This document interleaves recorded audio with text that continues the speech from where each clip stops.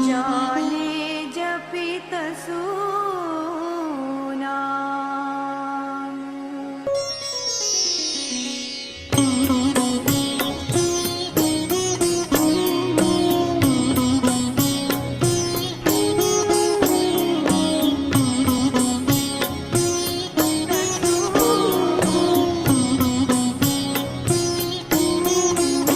जो द्रव्य उपजे जिन गुणों से उनसे जान अनन्य वो है जगत में कटकादि पर्यायों से कनक अनन्य जो।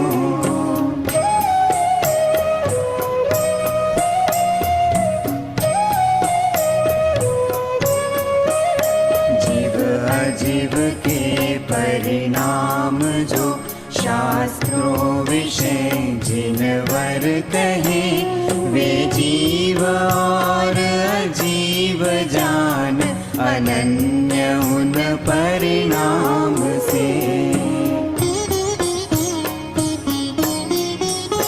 उपजे नात्मा कोई से इससे नात्मा कार्य है उपजावता नहीं कोई को इससे न कारण भी बने।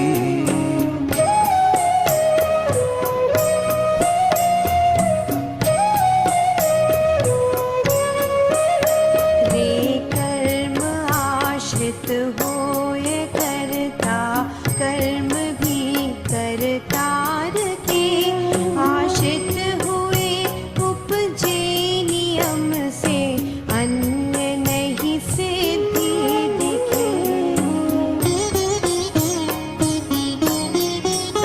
पर जीव प्रकृति के निमित्त जो उपजता नशता रे हर प्रकृति का जीव के निमित्त विनाश हर उत्पाद है।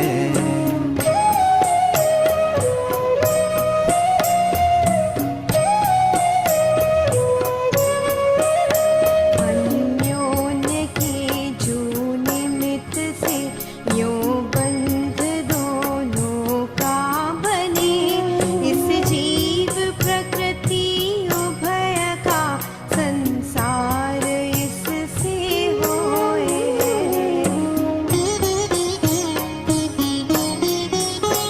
उत्पाद व्यय प्रकृति निमित्त जो जब ही तक नहीं परितजे अज्ञानी मिथ्यात्वीय संयत तब ही तक वह जीव रहे।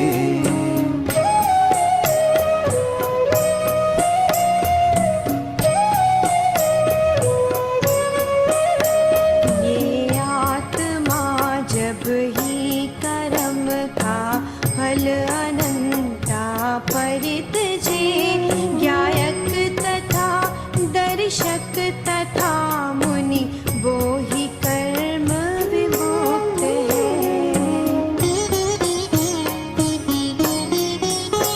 अज्ञानी स्थित प्रकृति स्वभावसु कर्म फल को वेदता अज्ञानी तो जाने उदयगत कर्म फल नहीं भोगता।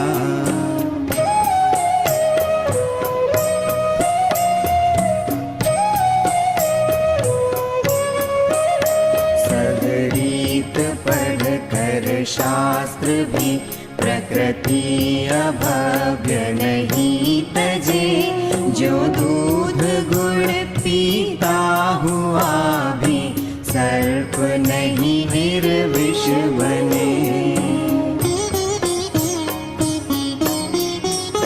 वैराग्य प्राप्त जो ज्ञानी जन है कर्म फल को जानता कड़वे मधुर बहुभांति का इससे अवेदक है आहा।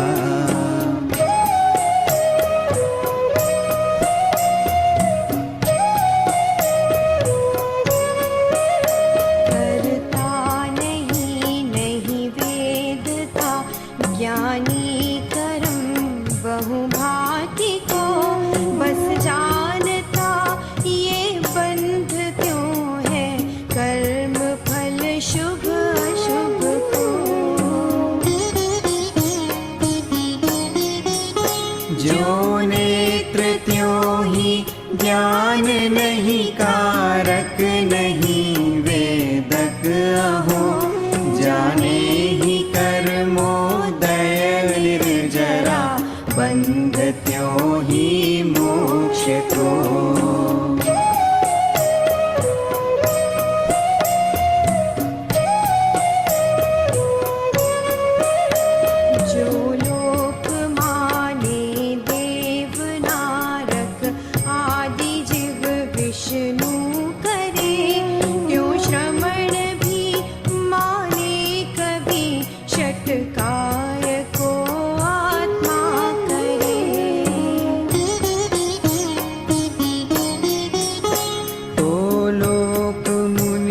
सिद्धांत एक ही भेद इसमें नहीं दिखे, विष्णु करे जो लोक मत में, श्रमण मत आत्मा करे।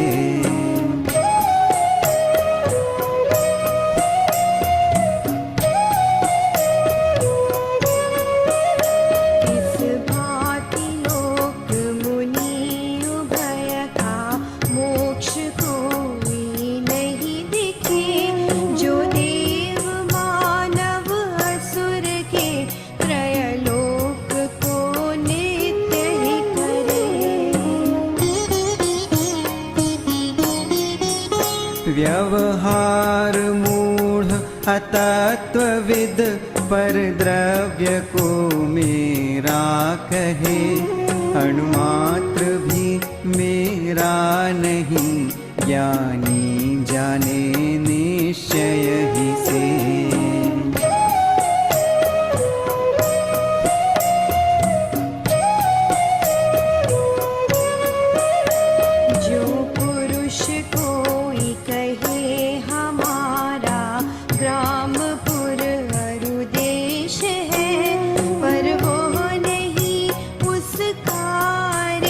जीव मोह से मेरा कहे, इस रीत ही जो ज्ञानी भी मुझ जानता पर द्रव्य को, वह जरूर मिथ्यात्वी बने, निज रूप करता अन्य को।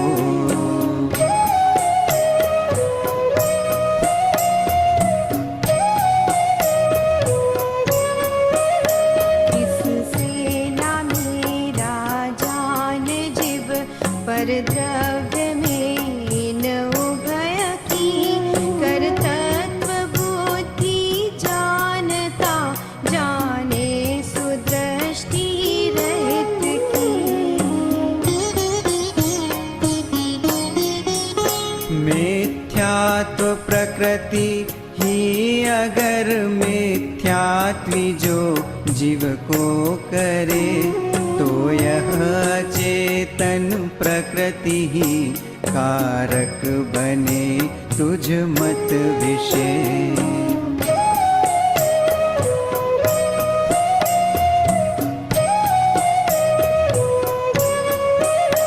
अथवा करे जो जीव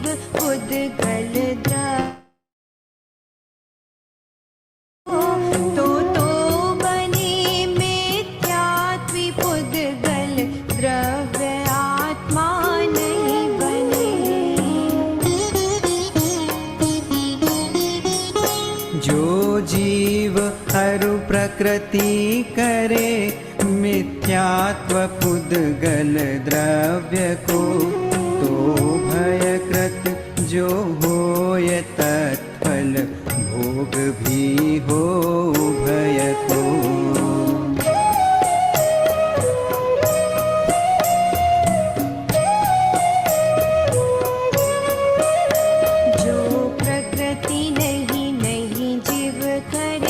मिथ्यात्व पुद्गल द्रव्य को, पुद्गल दरब मिथ्यात्व कृत, क्या न यह मिथ्या कहो।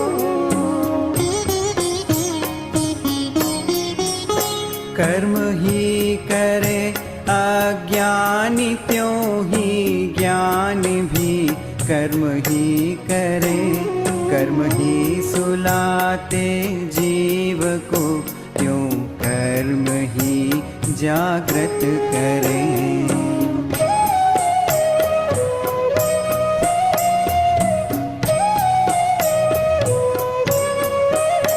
करु कर्म ही करते सुखी, कर्म ही दुखी जीव को करे, कर्म ही करे मिथ्यात्व त्यों ही असंयमी कर्म ही करे।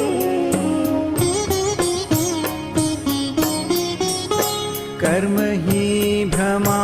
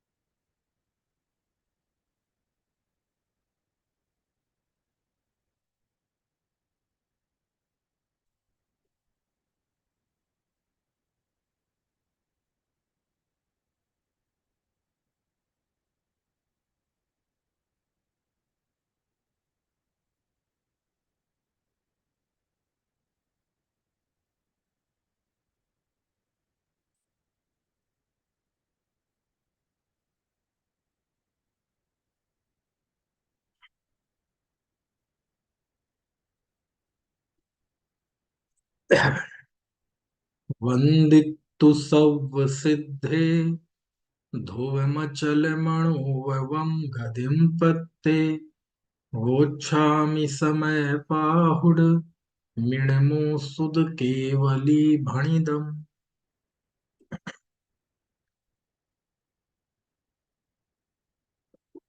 कलिकाल सर्वज्ञ आचार्य कुंद कुंद देव की अनुपम रचना समय पाहुड़, इसके सर्व विशुद्ध ज्ञान अधिकार पर हमारी बात चल रही है।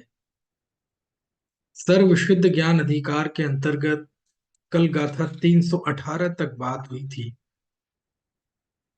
जिसमें कर्ता कर्म अधिकार में जो हमने विषय पढ़ा था, लगभग उसी विषय की पुनरावृत्ति चल रही है। अज्ञानी प्रकृतियों के स्वभाव में स्थित होता हुआ कर्म के फल का वेदन करता है, और ज्ञानी उदित कर्म के फल को वेदता नहीं है, बल्कि वह जानता है। अभव्य जीव बहुत अच्छी तरह से शास्त्रों को पढ़ता है ना, तब भी जैसे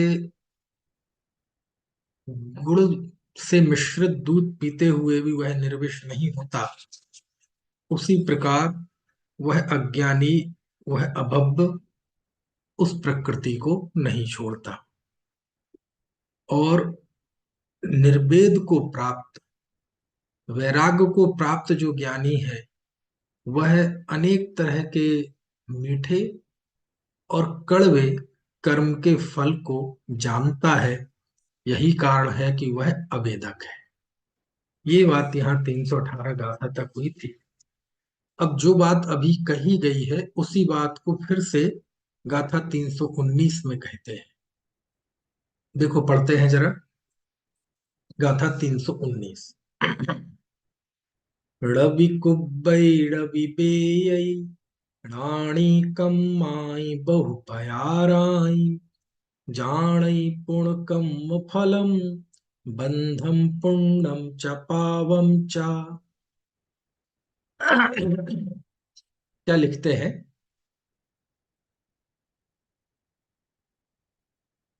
रवि कुब्बै रानी ज्ञानी, रवि कुब्बै नहीं करता है, रवि बेयई न वेदन करता है, किसके, किसको वेदन नहीं करता, बहु पयाराई कब्बाई, बहुत प्रकार के कर्मों को। ठीक है, ये जो ई है ना, ये मूल में प्राकृत में णी है, कम्माणी बहु पयाराणी, ऐसा। जाणई है ना, जाणई, इसका प्राचीन रूप, और जाणदी, ऐसे। तो वो, और ज्यो ज्यो समय बीतता गया तो उसमें से दा भी चला गया और ई बच गया केवल। तो प्राकृत में फ्लेक्सिबिलिटी है, बड़ी लचीली भाषा है। तो देखो यहां लिखते हैं, रवि कुब्बई ना करता है, रवि बेयई ना वेदन करता है, किसका, कमाई बहु पयाराई, बहुत प्रकार के कर्मों को, है ना।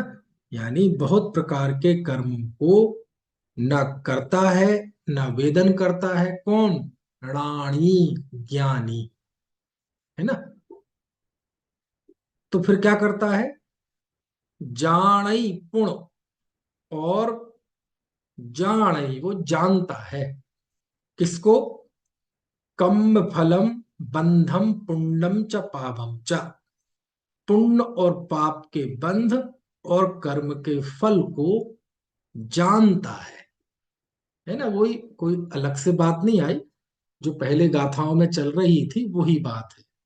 जाणई जानता है, पुण्य, पुण्य मतलब पुनः और के अर्थ में, किसको, कर्म फलम कर्म फल को, और बंधम पुण्यम च पावम च, पाप बंध और पुण्य बंध को। यानी बंध को, कर्मों के बंधन को, और उसके फल को वह जानता है, वह करता नहीं है और उसका वेदन नहीं करता। ठीक है, देख ली गाथा आपने, अर्थ देख लिया एक एक शब्द का। रवि कुब्बई नहीं करता है, रवि बेयई न वेदन करता है, किसका, कम्माई बहु पयाराई, बहुत प्रकार के कर्मों को, कौन, राणी ज्ञानी। तो फिर करता क्या है, पुण्य और बंधम पुण्यम पावम च, बंध पुण्य पाप, यानी पुण्य बंध पाप बंध, और कम फलम कम फल को जाणई जानता है।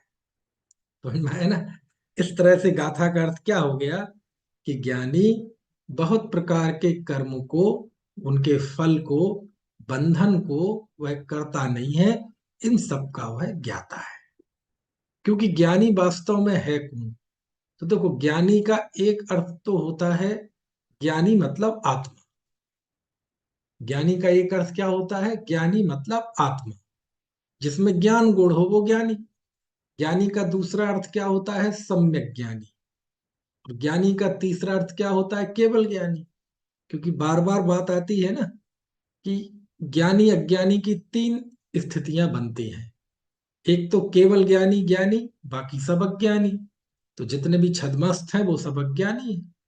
दूसरा सम्यक ज्ञानी ज्ञानी, बाकी सब मिथ्या ज्ञानी अज्ञानी।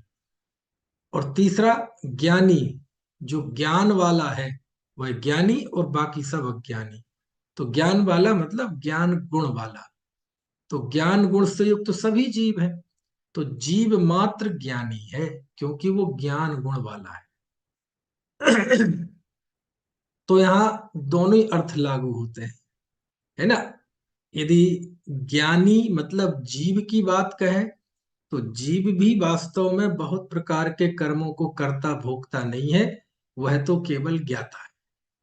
समझ में आया ना, जीव मात्र, निश्चय से जीव मात्र ज्ञाता है ना। और जिस जीव को उस ज्ञान की अनुभूति हो गई है, ऐसी सम्यक ज्ञानी की बात करें तो वो भी लागू होता है। यहाँ दूसरी बात ही है कि जो सम्यक ज्ञानी है, ज्ञानी है, जिसे शुद्ध चेतना में वस्तु की श्रद्धा है, प्रतीति है, परिणमन है, ऐसा वह जीव बहुत प्रकार के कर्मों को करता नहीं है और उसका वेदन नहीं करता। कर्मों को करता नहीं है मतलब, कर्मों को करता नहीं है मतलब क्या? अरे कर्मों के उदय से जो भी स्थितियां बनती हैं और जो भी बंध सत्ता उदय उदीर्ण आदि स्थितियां बनती हैं, उसको वो उस रूप परिणमित नहीं होता, वह ज्ञाता रूप रहता है। कर्म की अवस्थाओं को अपना नहीं मानता, अपना नहीं जानता, अपने रूप अनुभव नहीं करता। बस इसी का नाम है कि वह उसका कर्ता नहीं है, वह उसका वेदन नहीं करता। क्योंकि कर्ता कौन होता है ना? जो परिणमित होता है वह कर्ता होता है। और कर्म क्या है? जो परिणाम हुआ वो कर्म है।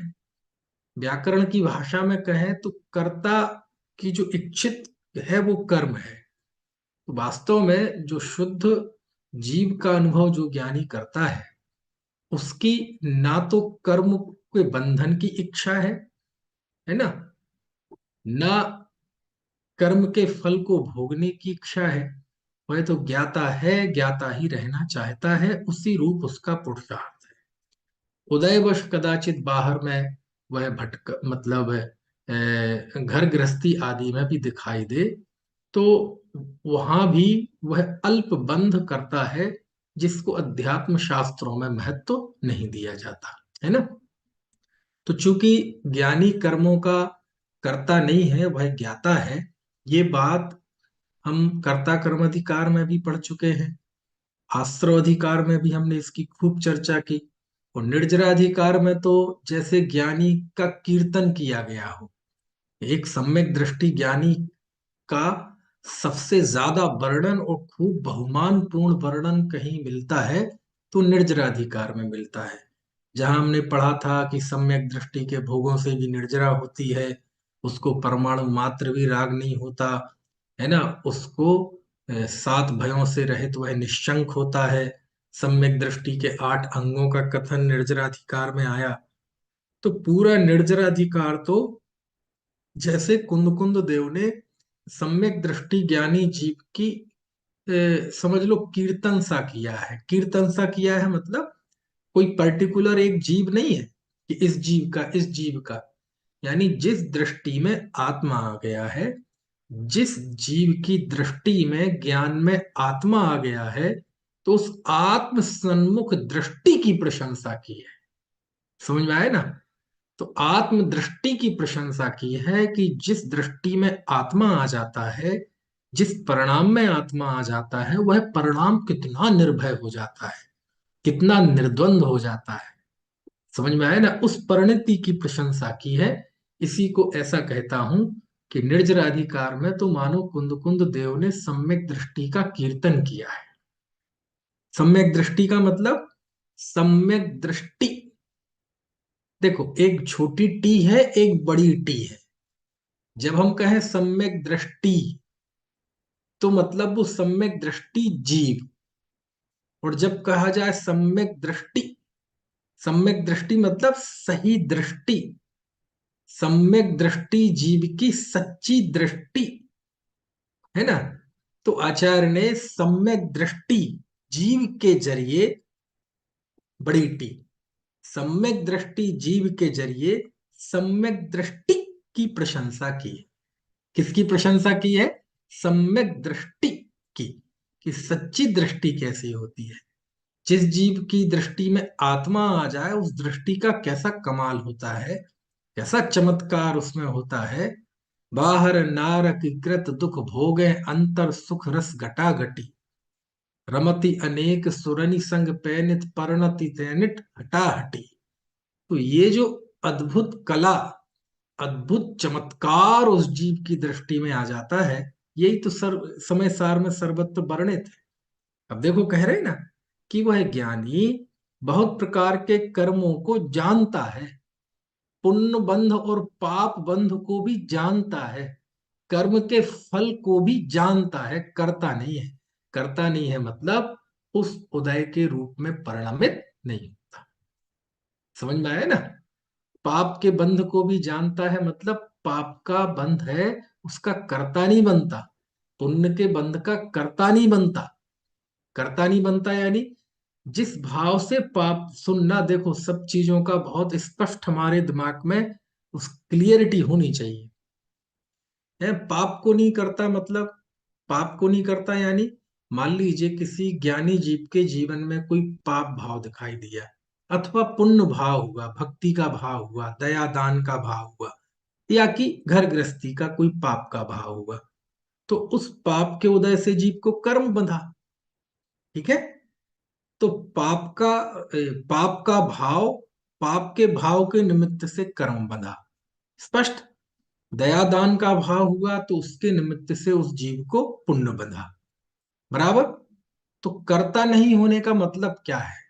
कर्ता नहीं होने का मतलब ये है कि ये जो पाप भाव हुआ या पुण्य भाव हुआ, ये पुण्य भाव पाप भाव रूप परिणमन करना मेरा स्वभाव नहीं है। समझ में आया ना? है ना? जिस परिणाम के कारण से पाप और पुण्य बन रहा है, उस परिणाम का मैं वास्तव में कर्ता नहीं हूं। कर्ता नहीं हूं मतलब उस रूप परिणमन करना मेरा स्वभाव नहीं। क्यों? क्योंकि यदि पाप और पुण्य भाव रूप परिणमन करना मेरा स्वभाव हो जाएगा, तो कभी फिर पाप और पुण्य का नाश नहीं हो पाएगा। क्योंकि स्वभाव का नाश कैसे हो? समझ में आया ना? तो नेचुरल, प्राकृतिक तौर पे मैं इस रूप परिणमित नहीं होता, और परिणमित नहीं होता इसी का नाम है कि मैं पुण्य पाप भाव का कर्ता नहीं हूं। और इस पुण्य पाप भाव का कर्ता नहीं हूं, यही कारण है कि उस पुण्य पाप से होने वाले में बंध का भी कर्ता नहीं। और जब उस बंध का कर्ता नहीं हूं, तो उसके उदय में होने वाली सामग्रियों का भी कर्ता नहीं। समझ में आया ना? कुल मिला के इस सब अकर्तृत्व के पीछे इसी पारमार्थिक तत्व की स्वीकृति है कि मैं स्वाभाविक तौर पे मैं ज्ञाता हूं। ज्ञातृत्व मेरा स्वभाव है, ज्ञातृत्व मेरा धर्म है, ज्ञातृत्व मेरी ताकत है, ज्ञातृत्व मेरी शक्ति है, ज्ञातृत्व मेरा सर्वस्व है, ज्ञातृत्व मेरी आन है, मेरी बान है, मेरी शान है। समझ में आया ना? तो इस गाथा में भी यही कहा गया है कि वह आत्मा तो ज्ञाता है। लिखा ना, पुण्य बंध, पाप बंध और कर्म फल का ज्ञाता है। समझ में आया ना? तो कर्ता क्यों नहीं है? अरे यदि वो कर्ता नहीं है तो फिर वो पाप उसे ही क्यों बंधा, दूसरे को क्यों नहीं बंधा? है ना? 6 महीने मुनिराज ऋषभ देव को आहार नहीं मिला, और किन्हीं मुनिराज के साथ ये परिस्थिति क्यों नहीं बनी? क्योंकि वो पाप उनने बांधा था। कुछ बात समझ में आ रही? ऐसा कोई प्रश्न भी तो कर सकता है क्या? कहते सुनो भाई, जिस पाप भाव के कारण से वो कर्म बंधा, जिसके उदय में उन्हें 6 महीने आहार नहीं मिला, वह उस भाव को अपना स्वाभाविक भाव नहीं मानते थे। बस इसी का नाम है कि वह उसके कर्ता नहीं थे। और जब उसके कर्ता नहीं थे, तो उससे पूरा जो सिलसिला चला, उस भाव से कर्म बंधा, कर्म के उदय से और बहुत कुछ होता है, उन सब के भी वो कर्ता नहीं है। क्यों? ये जो भाव हुआ, पाप का भाव या पुण्य का भाव, ये भाव करना ही मेरा स्वभाव नहीं है। इस भाव रूप परिणमित होना ही मेरा स्वभाव नहीं है। तो परिणमन तो हुआ, हाँ हुआ, वो कमजोरी से हुआ। समझ में आया ना? वो कमजोरी से हुआ है, वो आत्मा की ताकत नहीं है। आत्मा का नेचर, नेचुरल ऐसा नहीं है। है ना? जैसे पानी है, तो पानी यदि गर्म हो गया है, तो ये गर्माहट पानी का स्वभाव है क्या? बोले नहीं। यद्यपि पानी गर्म हुआ है ना, उसे वैसा खोलता हुआ पानी पी मत लेना, ये मान के कि पानी का स्वभाव तो शीतल है। समझ में आया ना? ऐसा खोलता हुआ पानी उससे नहा मत लेना, ये मान के कि पानी का स्वभाव तो शीतलता है। समझ में आया ना? लेकिन खोलता खोलता हुआ पानी है, जिस समय वो खोल रहा है, उस समय भी पानी का मूल स्वभाव गर्म नहीं, उसका मूल स्वभाव आज भी शीतल है। तो फिर ये खोल क्यों रहा है? खोल ये रहा है कि वो परवश है, आग पे रखा हुआ है, और जो ही आग का संयोग घटेगा, तो उसी पल से वो पानी ठंडक की ओर भागना शुरू कर देगा, आपको करना कुछ नहीं है ना। खौलते हुए पानी को ठंडा करने का उपाय क्या है? क्या प्रश्न है मेरा? खौलते हुए पानी को ठंडा करने का उपाय क्या है कोई आपके पास उपाय? खौलते हुए पानी को ठंडा करने का एकमात्र उपाय यह है कि आप उस पानी को उठा के अलग रख दो, अथवा आग गैस बंद कर दो। वो अपने फिर ठंडा नहीं करना पड़ेगा। क्यों? स्वभाव में जाने के लिए कुछ नहीं करना पड़ता, स्वभाव से बाहर जाने के लिए सब कुछ करना पड़ता है। क्या कहा? स्वभाव में जाने के लिए अकर्ता रहना पड़ता है, कर्ता तो स्वभाव के बाहर जाने के लिए होना पड़ता है। अब पानी को अपने स्वभाव में जाने के लिए क्या करना पड़ेगा? स्वभाव से बाहर जाने के लिए आग के संयोग में उसे रखना पड़ा, लेकिन पानी को अपने स्वभाव में जाना है तो अब उसे क्या करना पड़ेगा? कुछ नहीं। बस ज्यों ही उसे पानी आग से अलग किया, अब वो शीतलता की ओर भागेगा, क्योंकि वो उसका नेचर है, वो उसका स्वभाव है, वो उसकी प्रकृति है, और वह अपनी प्रकृति से ज्यादा दूर नहीं रह सकता है। समझ में आए ना? ज्यादा देर तक दूर नहीं रह सकता, वो शीतल होना शुरू हो जाएगा। समझ में आया ना? है? तो ऐसे ही जीव की मूल प्रकृति, मूल स्वभाव पुण्य पाप राग द्वेष के परिणाम करना नहीं है। ये तो अपने स्वरूप को नहीं समझ पाता, उसके अंदर नहीं रह पाता, तो परवशता की वजह से ये राग द्वेष आदि हो जाते हैं। और जो चीज परवशता से होती है, पर के आलंबन से होती है, वो स्वभाव नहीं। तो पानी को शीतल करना है तो क्या करे? बस आग बंद कर दो या आग से उसे हटा लो। तो जीव को स्वाभाविक रहना है, स्वतः आनंदमय रहना है, तो क्या करे? बस पर से संबंध तोड़ दे। समझ में आया ना? पर से उपयोग को तोड़ ले और अपने को उपयोग, अपना उपयोग अपने में लगा ले। बस ये शीतल होने का उपाय है। पर से टूटना, बस यहीं से शीतलता की ओर भागना शुरू कर देता है आदमी। क्योंकि पर से टूटना और अपने से जुड़ना, ये दो अलग अलग बातें नहीं है। अपने से जुड़ना ही पर से टूटना है, और पर से टूटना ही अपने से जुड़ना है, क्योंकि तीसरा कोई आलंबन इस परिणाम के लिए, इस परिणति के लिए नहीं है। या तो ये पर के साथ जुड़ेगी या अपने साथ जुड़ेगी। समझ में आया ना? ऐसा है। ठीक है। तो ये बात यहाँ 319वीं गाथा में कही कि ज्ञानी बहुत प्रकार के कर्मों को न करता है, न वेदन करता है। वह तो पाप बंध पुण्य बंध और कर्म के फल को मात्र जानता है। यानी ज्ञानी जानता है, वह करता नहीं। समझ में आया ना? ठीक है। अब देखो 320वीं गाथा और पढ़ते हैं।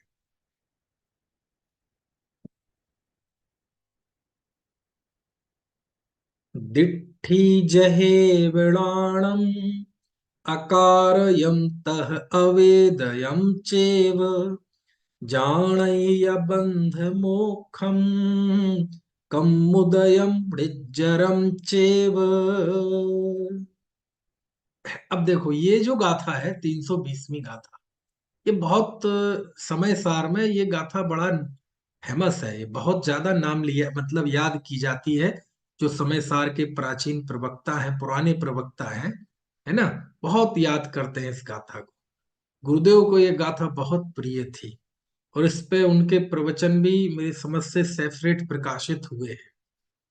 क्या है इस 320वीं गाथा में? देखो अभी तो क्या कहा? पाप बंध पुण्य बंध और कर्म के फल को ज्ञानी करता नहीं है, जानता है। अब आगे देखो क्या लिखते हैं। दिट्ठी जहेवणाणम अकारयम तह अवेदयम चेव। णाणम ज्ञान, है ना। अकारयम अकारक है। तह तथा, उसी, तथा चेव उसी प्रकार, अवेदयम चेव अवेदक है। देखना गाथा के अभी शब्दों को देखना, शब्दों का अर्थ समझना, फिर अपन इस पे बात करेंगे। णाणम ज्ञान, अकारयम अकारक है। अकारक मतलब किसी का कारक नहीं है। और तह तथा, अवेदयम चेव उसी प्रकार वह अवेदक भी है। उदाहरण क्या दिया? जहा जहेब दिट्ठी, जैसे कि दृष्टि। दृष्टि तो आप, दृष्टि मतलब आंखें जैसे आंखें। अब देखो, उदाहरण को बिल्कुल इतना ही लिख दिया, बोले उसको लागू नहीं किया अलग से, वो आप पे छोड़ दिया कि अब आप कैसे लागू कर ले, क्योंकि बहुत आसान है। जैसे दृष्टि, जैसे मतलब दृष्टि होती ना, आंख, आंख में रहती दृष्टि, जैसे हमारी नजर, जैसे दृष्टि, जैसे दृष्टि है, वैसे ही ज्ञानी भी है ना, ज्ञान भी अकारक है और अभेदक है अब कैसे? तो उदाहरण, अब आप, इतना सरल उदाहरण है कि जैसे ये आंख है, तो आंख आग को जानती है, ठीक है, आग जो है वो आग को देखती है, लेकिन क्या आंखों में गर्माहट होती है क्या? आंखें जलती हैं क्या? पानी को देखने से आंखें ठंडी होती हैं क्या? मिठाई को देखे से आंखों आंखों में मीठा लगता है क्या? है ना? काले को देखने से आंखें काली होती हैं क्या? नहीं। यानी ये आंख जैसे अन्य पदार्थों के पास जाए बिना, उनसे तादात्म्य हुए बिना, उसमें एक में एक हुए बिना, उसमें मिले बिना, वह दूर रहते हुए, उनसे अप्रभावित रहते हुए, और उनको भी अप्रभावित, है ना, उन पे भी प्रभाव डाले बिना वह जानती है। समझ में आए ना?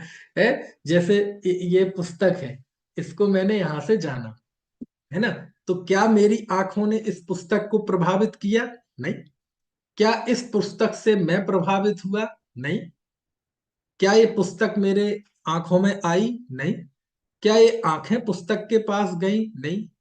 क्या ये आंख पुस्तक रूप परिणमित हुई? नहीं।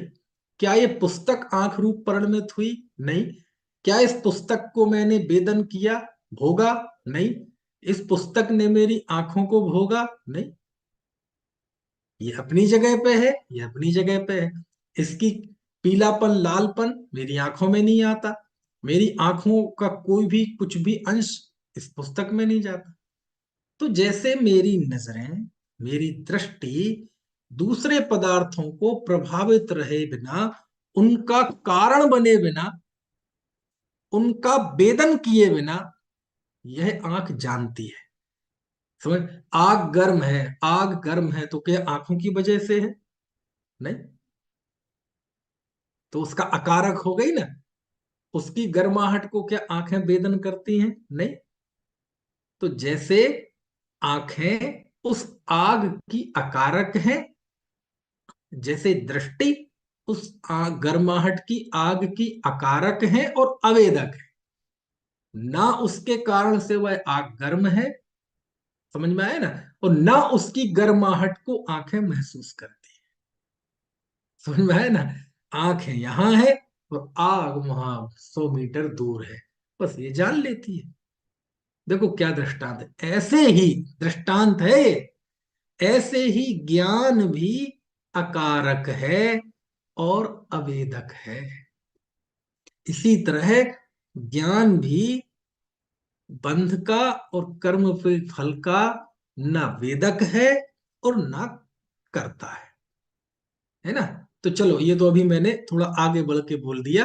अभी तो पहली पंक्ति में क्या कहा गया? केवल णाणम ज्ञानम अकार्यम अकारक तह तथा अवेदयम चेव, अवेदक है। जहेब दिट्ठी, जैसे कि दृष्टि। समझ में आ गई बात की, है ना? अब इसे और लागू करते हैं। तो कैसे? जाणई बंध मोक्षम कम उदयम ऋज्जरम चेब जाणई, है ना?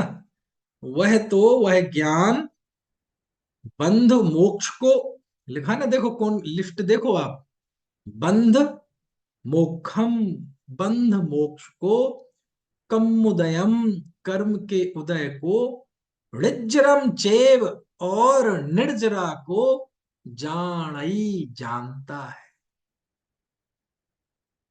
करता नहीं। ये इस गाथा में है। क्या कहा?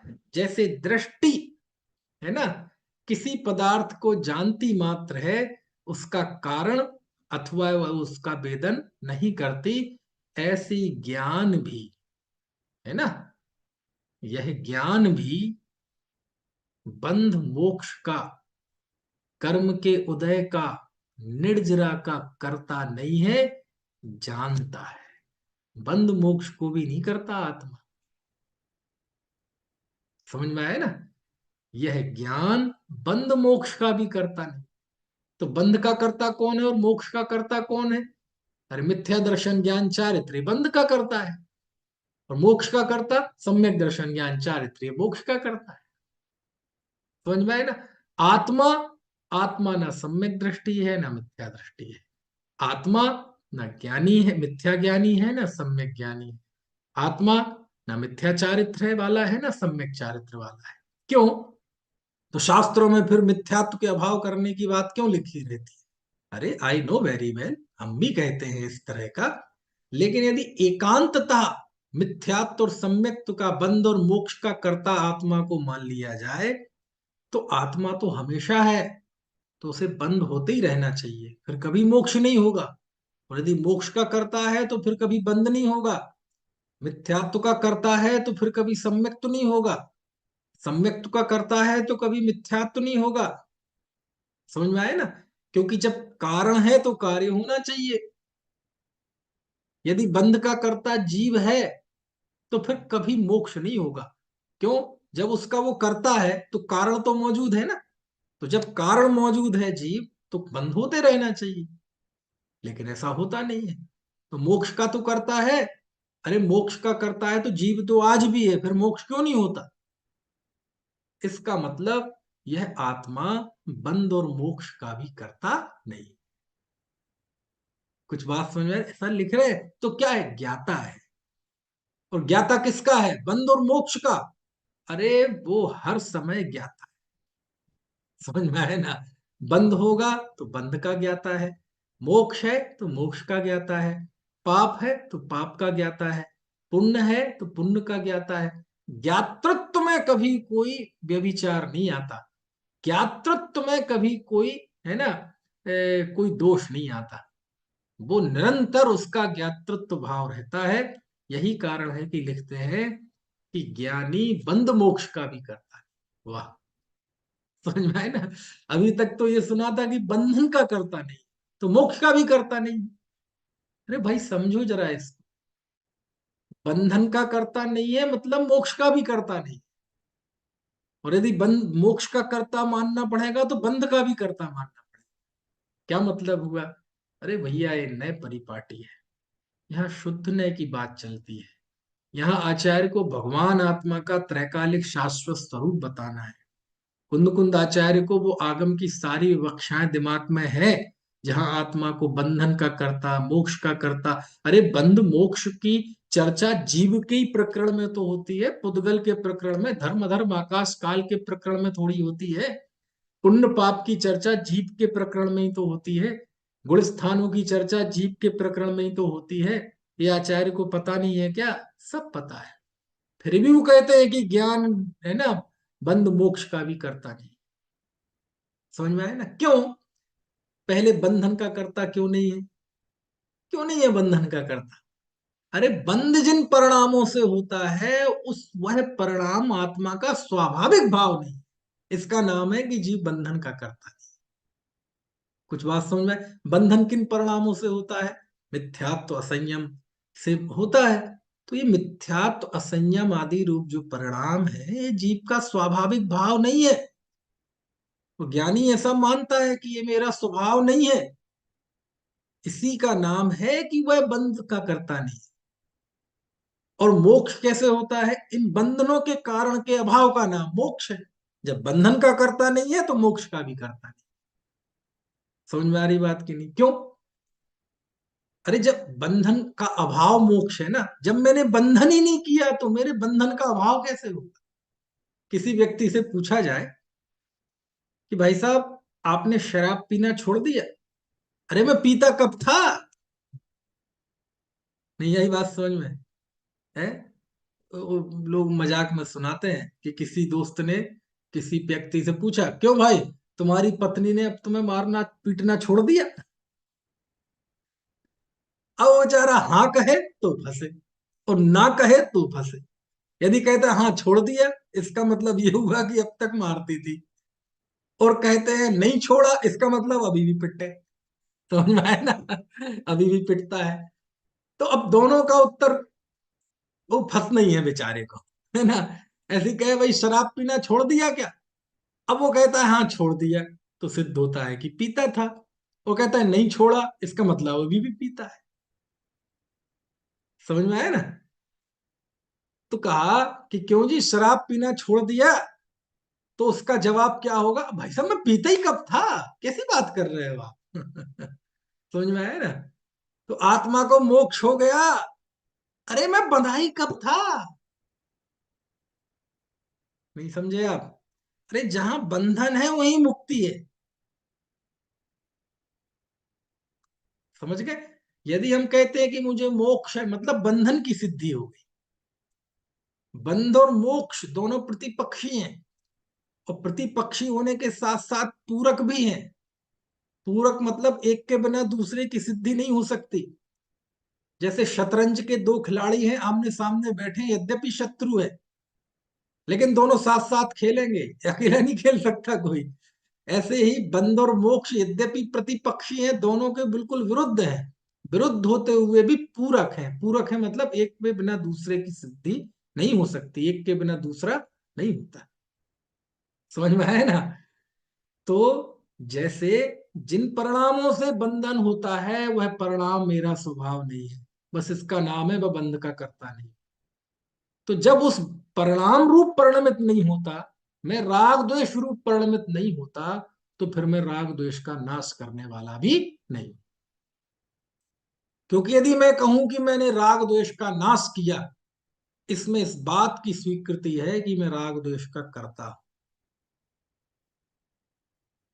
कुछ बात समझ में आ रही है कि नहीं है? मैं ये मानूं कि मैं वीतरागी हूं, इसका मतलब पहले आपने रागी हूं ये स्वीकार कर लिया। अरे बहुत अद्भुत बात है भैया। लिखा कि जैसे आंख है, वह वस्तु को जानती है लेकिन अकारक और अवेदक रहती है, ऐसी ज्ञान भी बंध और मोक्ष का भी ज्ञाता है, करता नहीं है। बंध मोक्ष का भी अवेदक है। समझ में आया ना। और इसमें जब टीका में जाते हैं, बहुत अच्छी टीका है, अमृत चंदाचार्य की टीका, और उसके बाद जैसे नाचार्य की टीका, तो गजब ही है इस गाथा की टीका, है ना। उसमें तो कहते हैं वो कि यह आत्मा परम पारणामिक भाव निष्क्रिय है। निष्क्रिय शब्द लिखा है, निष्क्रिय परम पारणामिक भाव। क्यों निष्क्रिय है? अरे बंध मोक्ष की प्रक्रिया से पार है ना, इसका नाम निष्क्रिय। समझ में आया ना। बंध मोक्ष की प्रक्रिया से पार, ऐसा वह निष्क्रिय है ना। क्यों? क्योंकि बंध की कारणभूत जो रागादि परिणति है, उस रागादि परिणरूप रूप नहीं होता, और मोक्ष की कारण रूप जो परिणति है, उस रूप परिणमित नहीं होता। इसका नाम है, और बंध और मोक्ष की प्रक्रिया से पार शुद्ध पारणामिक भाव, उसको निष्क्रिय कहते हैं। समझ में आया ना। ऐसा है। यानी अब कितना स्पष्ट है, आत्मा बंध का करता नहीं है, ज्ञान बंध का करता नहीं है। इसका आशय क्या है? जल्दी बताओ, जल्दी बताओ, इतनी देर से यही बता रहा हूं। ज्ञान बंध का करता नहीं है, इसका आशय क्या है? मैं अनम्यूट कर रहा हूं आपको, थोड़ा आप बोलो, मेरा गला सूख रहा है जरा। और बंध जो जिन भावों से होता है, उन हाँ, भाव वो आत्मा के स्वभाव नहीं है, इसलिए आत्मा बंध आदि नहीं करता। बहुत। और आत्मा मोक्ष का करता नहीं है मतलब? जो ये सम्यक दर्शन ज्ञान आदि, दर्शन ज्ञान चारित्र आदि जो परिणाम है, हाँ राइट, हाँ वो भी, मतलब वो जो आपने उदाहरण दिया ना, वीतरागी बोला, मतलब आपने अपने आप को रागी भी एक्सेप्ट किया हाँ हाँ हाँ। उस अपेक्षा ये से। क्या वीडियो चालू नहीं कर रखा? उस परिस्थिति में नहीं है वीडियो चालू करने की। अच्छा अच्छा, चलिए ठीक है। हाँ, बहुत अच्छा बताया है, बहुत अच्छा। क्या मतलब, देखो, अब एकदम अपन कहते ज्ञान बंध और मोक्ष का नहीं करता, आत्मा बंध और मोक्ष का करता नहीं है। मतलब क्या है, इसका अर्थ क्या है कि बंधन जिस रागादि परिणति से होती है वह उस रागादि रूप परिणमित नहीं होता। परिणमित नहीं होता मतलब, अरे जो भी सम्यक ज्ञानी जीव है, चौथे गुण स्थानवर्ती होगा, तो वह मिथ्यात्व रागादि रूप परिणमित नहीं होता। और जो उसकी परिणति में राग आदि दिखाई देते हैं उसका स्वामित्व उसके नहीं होता। ये उसके स्तर पर। पांचवें गुण स्थानवर्ती होगा तो दो कषाय के अभाव रूप राग आदि तो उसके है नहीं, और जो उपलब्ध राग आदि हैं उसको भी अपना वह स्वभाव नहीं जानता। इसी का अर्थ है कि वह उस रूप परिणमित नहीं होता। मुनिराज हैं, उनके तीन कषाय के अभाव तो है ही, तो इसलिए वो बंध तो है ही नहीं। और जो उपलब्ध बंध है एक कषाय के कारण से, उस कषाय भाव को भी वो अपना स्वभाव नहीं मानते। इसका नाम है कि वह रागादि रूप परिणमित नहीं होते, यानी उस बंध के भी वो करता नहीं। समझ में आया ना। और फिर अरहंत दशा हो गई तो फिर तो अब तो वो परिणाम ही नहीं रहा। समझ में। तो रागादि रूप परिणमन करना मेरा स्वभाव नहीं है, मेरा नेचर नहीं है। राग मैं नहीं हूं, मेरा नहीं हूं, इसका मैं करता नहीं हूं, इसका मैं भोगता नहीं हूं। अब इसी के निमित्त से बंधन होता है, तो मैं इस राग रूप परिणमित नहीं होता, इसी का नाम है कि मैं बंध कर लाता। और जब राग रूप परिणमित ही नहीं होता, मैंने राग को सत्ता में स्वीकार ही नहीं किया, मैंने कषाय परिणाम को अपने अस्तित्व में स्वीकार ही नहीं किया। अब जो मेरे अस्तित्व में है ही नहीं, मैं उसके नाश के कर्तृत्व का बोझ कैसे लूंगा। जो है ही नहीं, जिसे स्वीकार ही नहीं किया, जब स्वीकार ही नहीं किया तो फिर उसका नाश किसने किया। समझ में आया ना। तो मैं न राग का करता हूं और न राग का अभाव करने वाले परिणाम का करता। समझ में आया ना। यही कारण है कि राग के कारण से जो बंध होता था, मैं उस बंध का भी करता नहीं, और जिस परिणाम से उस बंध का अभाव होता है उस अभाव का भी करता नहीं। समझ में आया ना। इस तरह है जैसे आंख जिस वस्तु को देखती है उस वस्तु की अकारक है, अवेदक है, यानी वह वस्तु ज्ञान के कारण नहीं है और उस वस्तु का वेदन करने वाला भी ज्ञान नहीं है।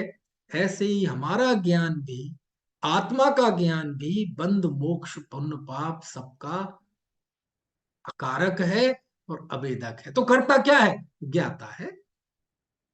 राग के भी ज्ञाता, वितरागता भी के भी ज्ञाता, बंध के भी ज्ञाता, मोक्ष के भी ज्ञाता। ऐसा इस गाथा में कहा है। अरे सात तत्व है ना, समय सार में अभी 9 तत्व है ना। जीव अजीब पुण्य पाप आश्रव संबर निर्जरा बंध और मोक्ष, है ना, ये 9 पदार्थ हैं। तो 9 पदार्थ में एक आश्रव तत्व है। आश्रव का विरोधी क्या है, संवर।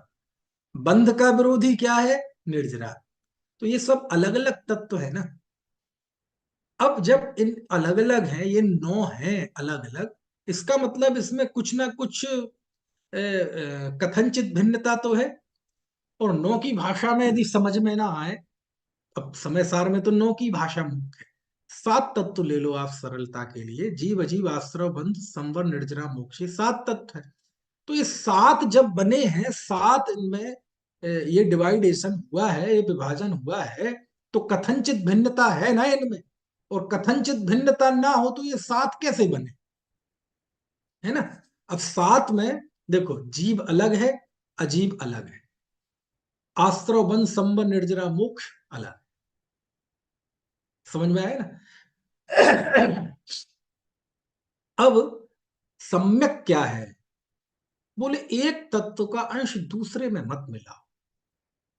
एक तत्व का अंश दूसरे में तत्व में नहीं मिलाना मतलब, मान लीजिए मैंने माना कि मैं 5 फुट 8 इंच का एक मनुष्य हूं, तो मैंने क्या किया, अजीब तत्व को जीव तत्व में मिला दिया। मिला दिया कि नहीं मिला दिया, क्योंकि ये शरीर है अजीब और मैं हूं जीव। तो मैंने माना कि मैं मनुष्य हूं, तो मैंने 2 तत्वों की भिन्नता नहीं जानी और मैंने जीव अजीब तत्व को आपस में मिला दिया। बात समझ में आ रही कि नहीं है? अब आगे आप बताना। अच्छा, मैं कुछ बात वाक्य बोलूंगा, आप बताना कि इसमें हमने क्या गलती की। ठीक है, कौन से तत्वों को आपस में मिला दिया। चलिए अगला। मैंने माना कि मैं भारतीय, ऐसा मैंने माना, तो हमने क्या गलती की।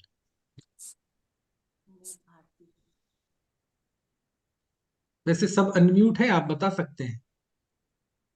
अनम्यूट है कि नहीं, कि मुझे ही लग रहा है। हाँ अनम्यूट। हाँ, क्या गलती की हमने।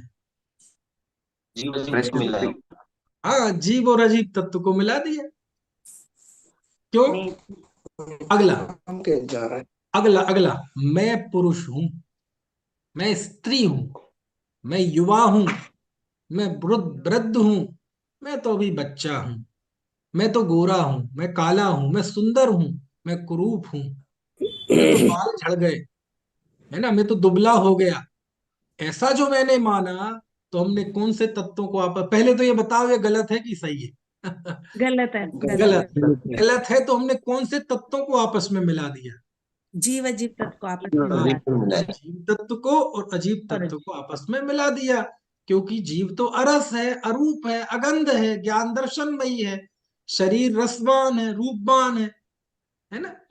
अगला, मैंने माना कि मैं रागी हूं, मैं द्वेषी हूं, मैं पापी हूं, मैं पुण्यात्मा हूं, मैं दानवीर हूं।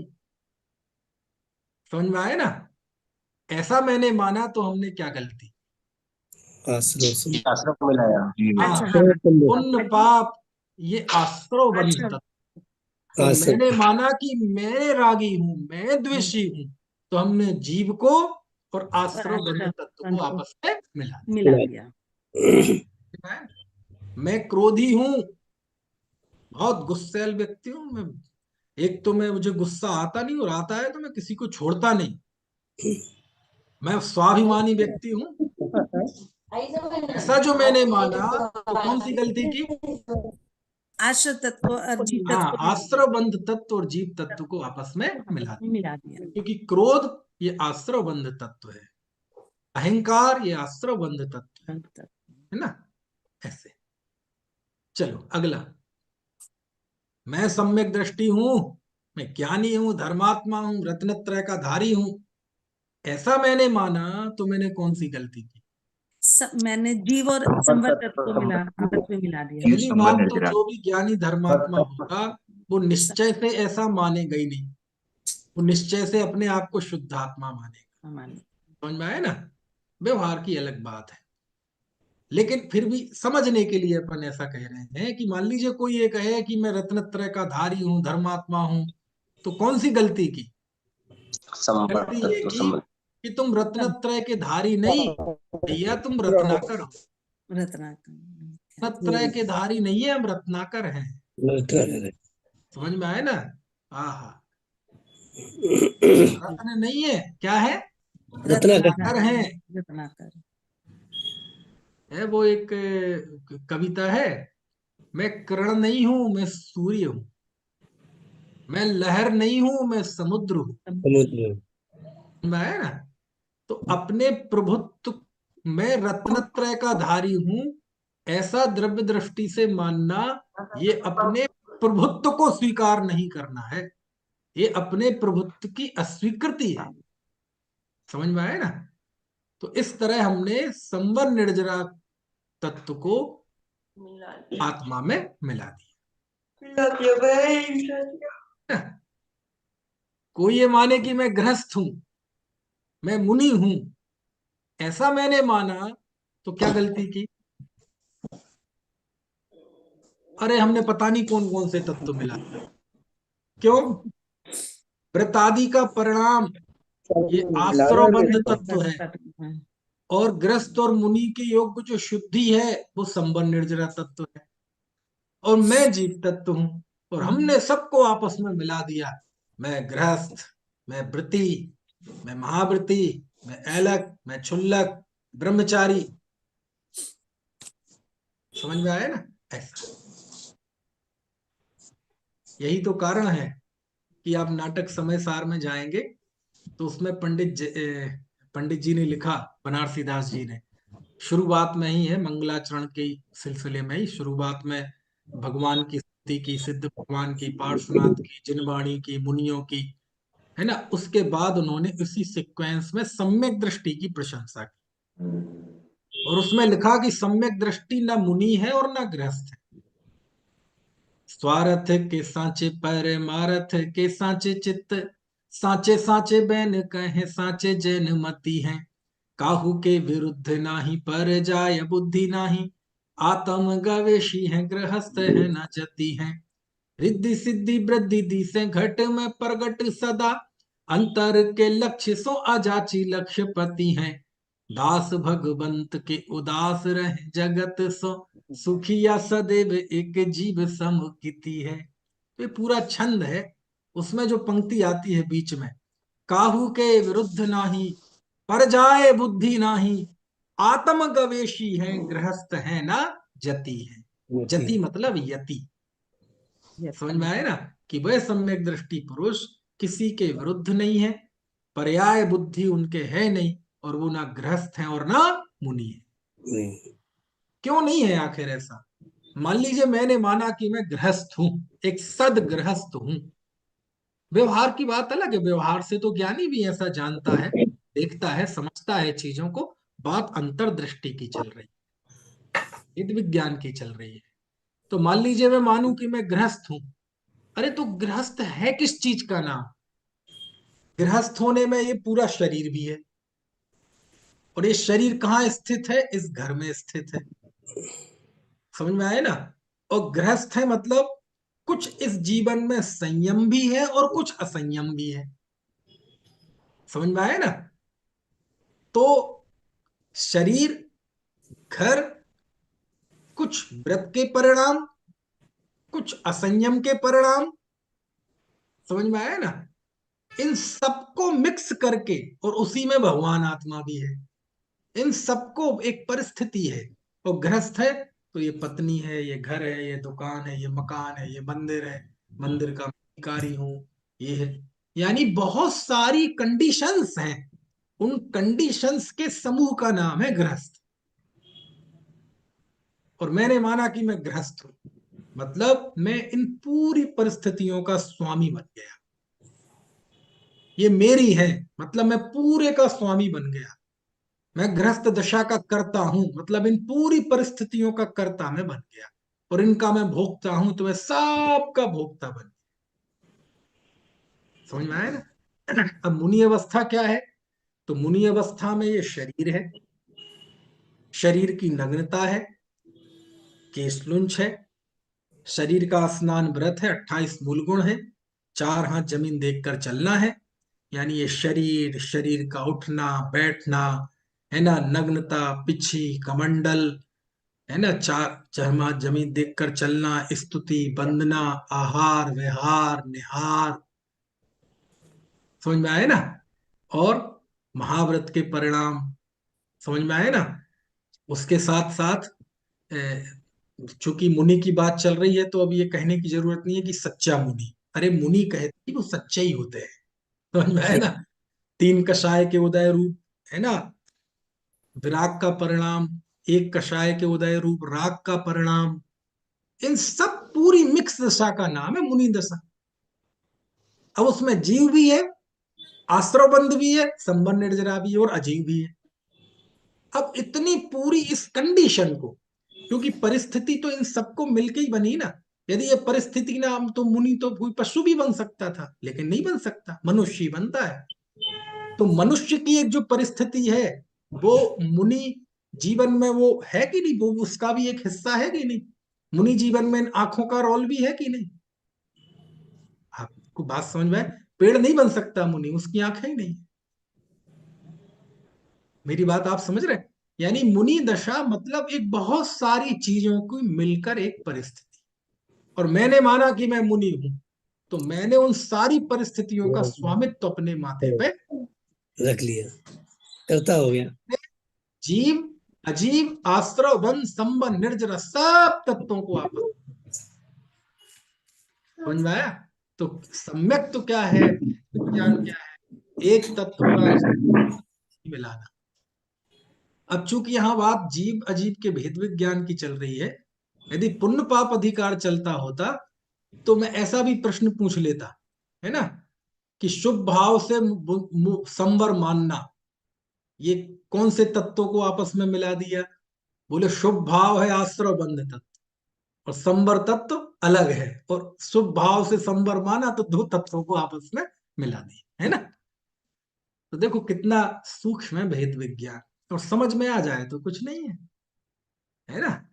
बस इतनी सी बात समझ ले कि राग मेरा स्वभाव नहीं है, बस इसमें सारा समय सार आ गया। मैं बंध मोक्ष का करता नहीं हूं, प्रमत्त अप्रमत्त नहीं हूं, कर्म नो कर्म का करता नहीं, सब आ गया इसमें। क्या है ना, नास्ति से कहें राग आदि मेरा स्वभाव नहीं है, और अस्थि से मैं ज्ञायक हूं।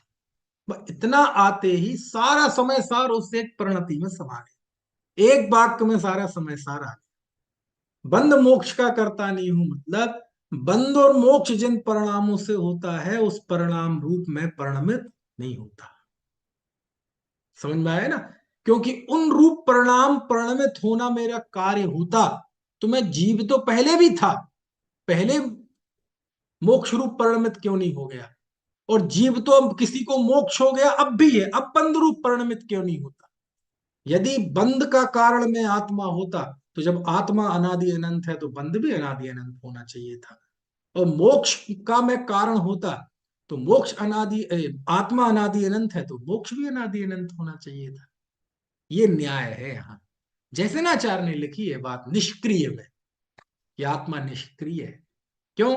वह बंध मोक्ष की क्रिया का कर्ता नहीं है, क्योंकि बंध और मोक्ष जिन परिणामों से होता है वह परिणामों का वह अकारक है। इतनी निर्भरता होनी चाहिए तब वह ज्ञानी होता है, यानी वह बंध और मोक्ष का भी ज्ञाता है। अरे शत्रु मित्र का तो ज्ञाता है ही, बंध मोक्ष का भी ज्ञाता है। समझ में आया ना। ये है समरस, ये है सामरस्य, इसे कहते हैं समता, इसे कहते हैं शांति, इसे कहते हैं अंतःदृष्टि, इसे कहते हैं निर्भयता। समझ में आया ना, बस इसी की बात चल रही है ना। तो गाथा पढ़ लें जरा, दोनों ही गाथा एक बार प्राकृत में पढ़ लें, फिर हिंदी पद्यानुवाद पढ़ लें, तो बस इसी का चिंतन करके फिर आज समाप्त करते हैं। रवि कुब्बई रवि बेई रानी कम्माई बहु पयाराई जाणई पुण्य कम्म फलम बंधम पुण्यम च पावम च दिट्ठी जहे वृणाणम अकारयम तह अवेदयम चेव जाणय्य बंध मोक्षम कमुदयम ऋज्जरम चेव। पद्यानुवाद पढ़ लें। ज्ञानी करे भोगे नहीं बस सभी विध विध कर्म को वह जानता है कर्म फल बंध पुण्य एवं पाप को जो दृष्टि त्यों ही ज्ञान जग में है अकारक अवेदक जाने कर्म के बंध उदय मोक्ष एवं निर्जरा। अनेक प्रकार के कर्मों को ना तो ज्ञानी करता ही है और ना भोगता ही है, किंतु पुण्य पाप रूप कर्म बंध को और कर्म फल को मात्र जानता ही है। जिस प्रकार दृष्टि दृश्य पदार्थों को देखती ही है, उन्हें करती भोगती नहीं है, उसी प्रकार ज्ञान भी अकारक व अवेदक है और बंध मोक्ष कर्मोदय और निर्जरा को मात्र जानता है। ठीक है, इस तरह से 320 गाथा हुई। आगे की चर्चा कल करेंगे, अभी का समय हो गया।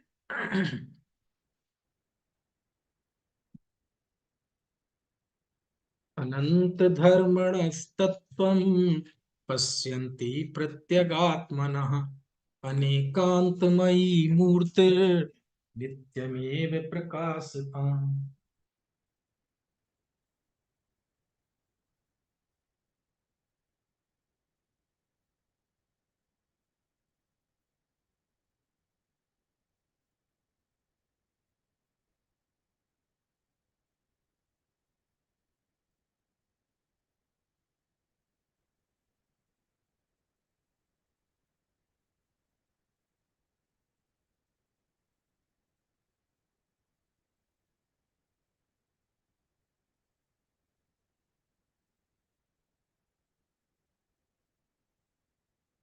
हम्म, हम्म,